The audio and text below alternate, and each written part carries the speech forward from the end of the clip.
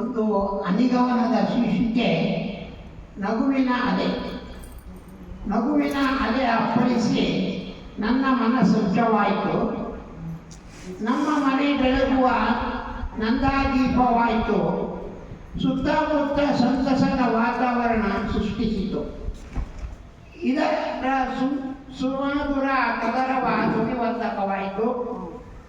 ಇದು ಕೇಳುಗರಿಗೆ ಆನಂದದ ಕೊಡುಗೆಯಾಯಿತು. ಇಂಥ ಅಬ್ಬರದ ಅಲೆ ನಮ್ಮ ಆಸ್ತಿಯಾಯಿತು. ರಾಷ್ಟ್ರೀಯ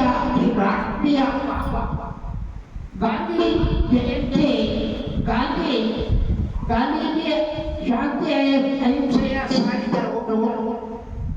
ಜಯಕಗಳ ನೀಡಿ ಉದ್ಯೋಗ ತೊಡಗಿಸಿದರು.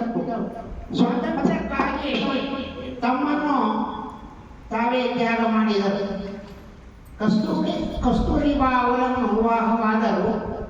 ಇದನ್ನು ರಾಷ್ಟ್ರೀಯ ಹಬ್ಬವೆಂದು ಆಚರಿಸಿದರು. ಬ್ರಿಟಿಷರೇ ಭಾರತ ಬಿಟ್ಟು ತೊಲಗಿರೆಂದು ಘೋಷಿಸಿದರು. ಹಸಿರು ಕ್ರಾಂತಿ. ಶಾಸ್ತ್ರೀಜಿ ಅವರು ರಾಮನಗರದಲ್ಲಿ ಜನಿಸಿದರು. ದೇಶದಲ್ಲಿ ಹಸಿರು ಕ್ರಾಂತಿಯನ್ನು ಉತ್ತೇಜಿಸಿದರು. ಲಾಲ್ ಬಹದ್ದೂರ್ ಶಾಸ್ತ್ರೀಜಿ 2 ಸಾರಿ ಪ್ರಧಾನಿಯಾಗಿದ್ದರು. ಸ್ವತಂತ್ರ ಸಂಗ್ರಾಮದಲ್ಲಿ 9 ವರ್ಷ ಜೈಲಿನಲ್ಲಿದ್ದರು. ಜೈ ಕಿಸಾನ್ ಜೈ ಜವಾನ್ ಎಂಬ ಘೋಷಣೆಯಿಂದ ಸ್ಫೂರ್ತಿ ನೀಡಿದರು. ಇವರು ದೇಶಾಭಿಮಾನಿ ಸ್ವಾಭಿಮಾನಿಯಾಗಿದ್ದರು. ಉತ್ಸಾಹ. ಕಡೆಗೂ ನನ್ನ ಆಸೆ ಆಕಾಂಕ್ಷೆಗಳು ಈಡೇರಲಿಲ್ಲ. ನನ್ನಲ್ಲಿ ಮೂಡುವ ಭಾವನೆಗಳಿಗೆ ಮಿತಿಯೇ ಇಲ್ಲ. ನಾನು ಚಿನ್ನನಾಗಿದ್ದೇನೆ, ಕೇಳುವರಾರಿಲ್ಲ. ಈ ವ್ಯಸನದಿಂದ ಉತ್ಸಾಹ ಇದ್ದಿದೆಯಲ್ಲ, ಏನು ಮಾಡಬೇಕೆಂಬುದೇ ತೋಚುತ್ತಿಲ್ಲವಲ್ಲ. ವಿಧಿಯಾಟ, ಏನು ಮಾಡಲಾಗುವುದಿಲ್ಲ. ಕಾಡಿನತ್ತ ಪಯಣ. ಮಹಾರಾಜರು ನುಡಿದಂತೆ ನಡೆದುಕೊಂಡರು. ಸತ್ಯಕ್ಕಾಗಿ ತಮ್ಮ ರಾಜ್ಯವನ್ನೇ ದಾರ ಎಳೆದರು. ಸರ್ವವನ್ನು ತ್ಯಜಿಸಿ ಕಾಡಿನತ್ತ ಪಯಣ ಬೆಳೆಸಿದರು. ಜೊತೆಗೆ ತನ್ನ ಹೆಂಡತಿ ಮಗನನ್ನು ಒತ್ತೆ ಇಟ್ಟರು. ಕೈಯಲ್ಲಿ ಕಾಸಿಲ್ಲದೆ ಸ್ಮಶಾನವನ್ನು ಕಾಯ್ದರು. ಈ ಸತ್ವ ಪರೀಕ್ಷೆಯಿಂದ ಸತ್ಯ ಹರಿಶ್ಚಂದ್ರರಾದರು. ಸಿಹಿಗೇನು.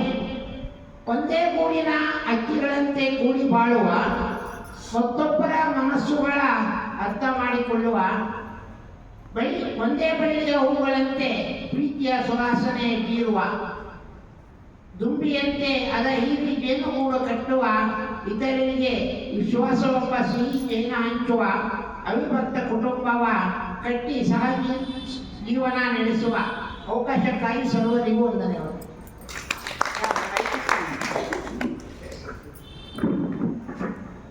ಇಷ್ಟು ರಚನೆ ಮಾಡಕ್ಕೆ ಶುರುವಾದ್ಮೇಲೆ ಆಗಾಗ್ಗೆ ಬರ್ತಾ ಇರ್ತೇನೋ ನಮ್ಮ ಒಳಗಡೆಯಿಂದ ಪದಗಳು, ಕವನಗಳು ಎಲ್ಲ ಆ ಒಂದು ಘಟನೆಗೆ ಒಂದೊಂದು ಬರಿತಾ ಇರ್ತೀರ. ಮನೆ ಗಾಂಧಿ ಜಯಂತಿ, ಲಾಲ್ ಬಹದ್ದೂರ್ ಶಾಸ್ತ್ರಿ ಜಯಂತಿ ಆಯ್ತು. ಅಣ್ಣವರು ತುಂಬಾ ಕವನಗಳು ಬರೆದು ತುಂಬಾ ಪ್ರಶಸ್ತಿಗಳನ್ನ ತೆಗೆದುಕೊಳ್ತಾನೆ ಇರ್ತಾರೆ. ಅದನ್ನೆಲ್ಲ ಹಾಕ್ತಾ ಇರ್ತಾರೆ ಗ್ರೂಪಲ್ಲಿ. ಅವ್ರಿಗೆ ನಾವೆಲ್ಲ ಚಪ್ಪಾಳೆ ಮುಖಾಂತರ ಧನ್ಯವಾದಗಳನ್ನ ಹೇಳ್ತಾರೆ.